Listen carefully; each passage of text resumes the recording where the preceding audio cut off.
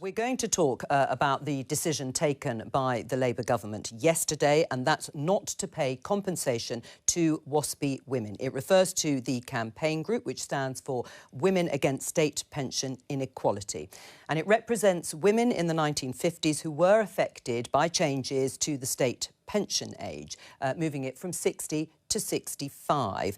The Waspi Women Campaign Group agree with that equalisation, but says the affected women were not given sufficient warning or communication about the change and they should be compensated. Let's introduce Anne Potter, coordinator for Waspi Women Glasgow. Anne, we showed a picture of you earlier in the programme today, and we can show it again, pictured alongside Keir Starmer in 2022. You managed to persuade him to sign a pledge for fair and fast compensation. What do you make of the decision by the government yesterday? It's absolutely shocking and unexpected. I'm absolutely disgusted with the whole situation, and it was really a slap in the face. What do you say to that, Michael Shanks? Anne is also your constituent. Yeah. Look, Anne and I have had, I don't know, half a dozen conversations about this issue since I was elected last year. She's always been very forthright with her views, but I've also been forthright in saying from the very beginning of my conversation with Anne that I don't think a universal compensation system was fair. And partly that is, look, this is an incredibly difficult decision, but we have to remember that, first of all, it's based entirely on the administration point that the ombudsman picked up, that actually there were a group of women in the 1950s who should have been given letters when the pension age was, equalisation was sped up.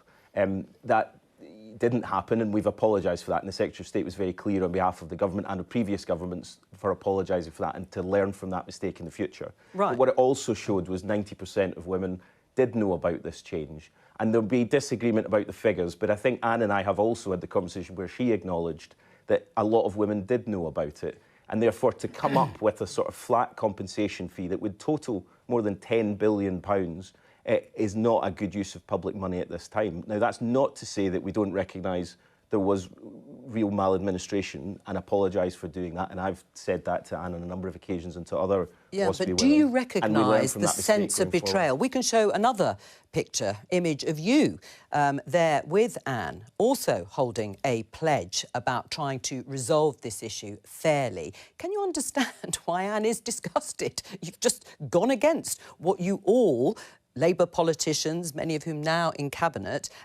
campaigned to compensate them, and now you're not. Well, of course I can understand that, and of course people are going to be frustrated when they think there's going to be one outcome and there is another, and of course for a lot of Wasp women, and I do think there's a real spectrum here of how affected some women were by this. Of course there'll be disappointment, and I recognise that. But we also have to balance that against what the best use of public money is in really difficult times, but also recognising that this isn't about compensation for the equalisation of pension age. This is about what the Ombudsman very clearly set out was the maladministration of not sending letters. And I don't think £10 billion to compensate for that is the best use of public funds. Anne, do you accept that? I do not accept that, I'm afraid.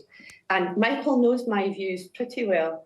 And I think I have to go back to the actual report that the Ombudsman produced in March. And it was quite clear that they said that finite resources should not be used in preventing them from failing to pay out our compensation. And that's quite honestly what I can hear from the Labour Party at the moment. Because every time they talk about it, they don't have the finance to deal with it. Anne, hello, it's Chris Mason here, the BBC's political editor. It's nice to talk to you and thanks for coming on the programme. I wonder, as you reflect back over the last couple of years and those photos that you had taken alongside senior Labour politicians, where it leaves your feeling about politics in general and politicians and their capacity to be, well, bluntly, to be believed.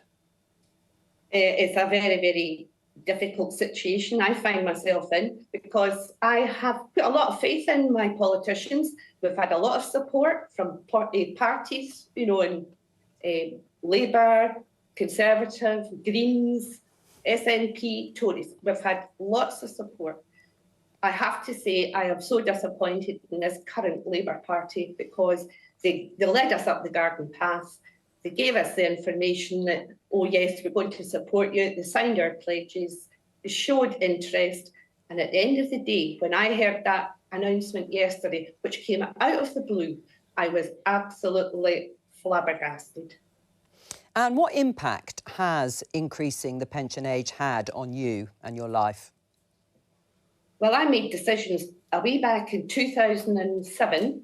I had a job and I got the opportunity to leave that job, and I was approaching 53, age 53. My employers had a pension scheme, so I knew I was getting my pension at age 60, which was to coincide with my state pension at age 60.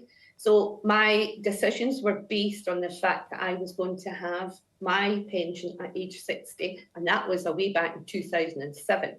And I'm not silly. I'm insulted by the suggestion that women like us don't read letters or don't understand what's happening.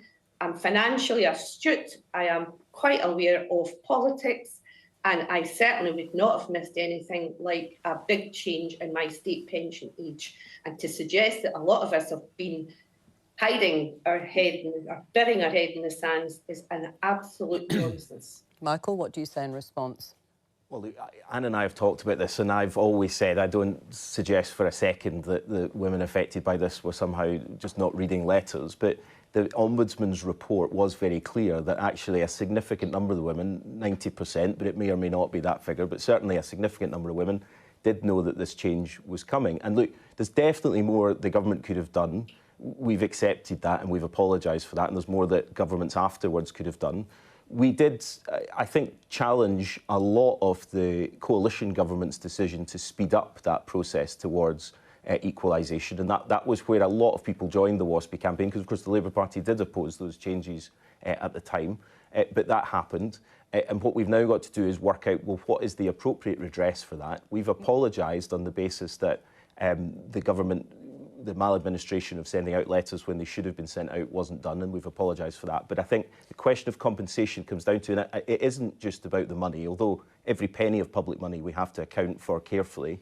It's about the fact that £10.5 billion of compensation, when we don't have absolute certainty that all of those Waspi women were affected in the same way, when the degree of impact is completely different for all of those cases, that actually creating a system where we were looking at every case individually would have been hugely complex and cumbersome. The reality is we've reached this decision on balance. And look, I recognise it's a very difficult decision, and Anne and I will talk about this, I have no doubt, much more, and very happy to. But it's, I think, the right decision given the circumstances. You've quoted the figure, the Ombudsman's figure, that 90%, it's echoed by Rachel Reeves, the Chancellor, too, that the majority of women affected did know and were aware of the changes. Do you think the 10%, let's say it is 10%, who didn't, including Anne, should be compensated? Well, I think the challenge is that what the Ombudsman also highlighted was that there is always a challenge reaching every single person on every change to processes. Now, we hope that that is easier in today's world of having multiple ways to communicate than it was where letters were the only way. But there are always groups where it's harder to reach than others. I don't think we can compensate people because every single government decision will affect people in different ways. We would be compensating people till the ends of time. Well, Kevin, if you were in government now, would you be compensating Anne and others from the Waspi Women's Campaign? I don't know.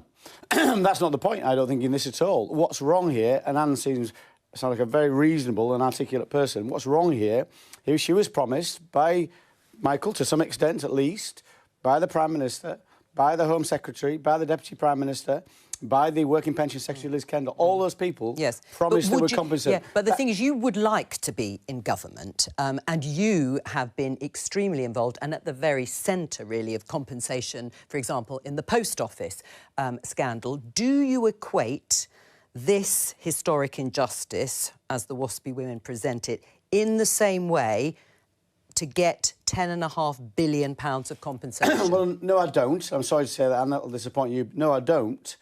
because what the Ombudsman report clearly said, there was not financial loss. Now, people will argue that, but that's what the Ombudsman said, where clearly we have seen in the post office scandal huge financial loss and massive other detriment to those people. So I think we've got to look at every single situation in its own right. All right. Well, let me just get Anne to respond to that. Listening to what Kevin Hollingray said, he doesn't, with all due respect, paraphrasing his words slightly, but he doesn't equate it in the same way as the post office scandal. Do you agree? Well, technically it's not. I mean, we weren't affected to the same extent. In different ways we were affected.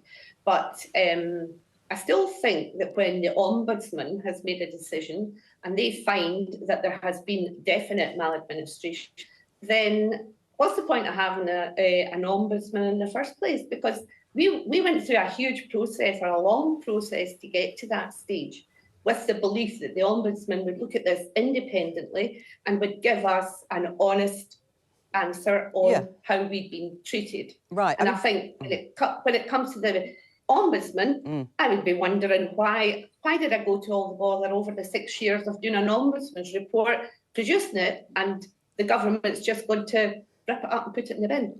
Has it resulted in hardship for you, Anne? Well, it has to a certain extent, because I had to continue working.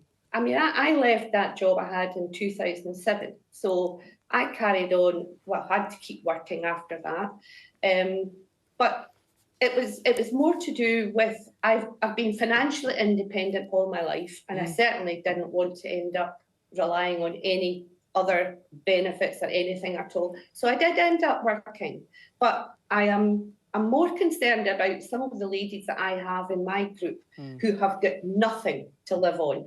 And although Michael and I have had this discussion on numerous occasions, he still thinks that there's still too many wealthy pensioners. And I have still to believe that I've got any wealthy pensioners in my group. Well, Michael, is that what you believe? There are too many wealthy pensioners? I don't think there are too many wealthy pensioners. I think the question that I've raised before is about whether the government should be providing universal benefits to some of those groups of people. That's the real question. But I think Anne touches on a really important issue about this debate about the Waspi women. I think has been confused over the past few years into two different issues. One is the women who want compensation for the equalisation for 5 years of lost pensions. And there's another group who want the compensation for the maladministration, and that's the point that the Ombudsman was reporting on. Anne Potter, thank you very much for joining us today from the Waspi Women, get it the right way round, in Glasgow.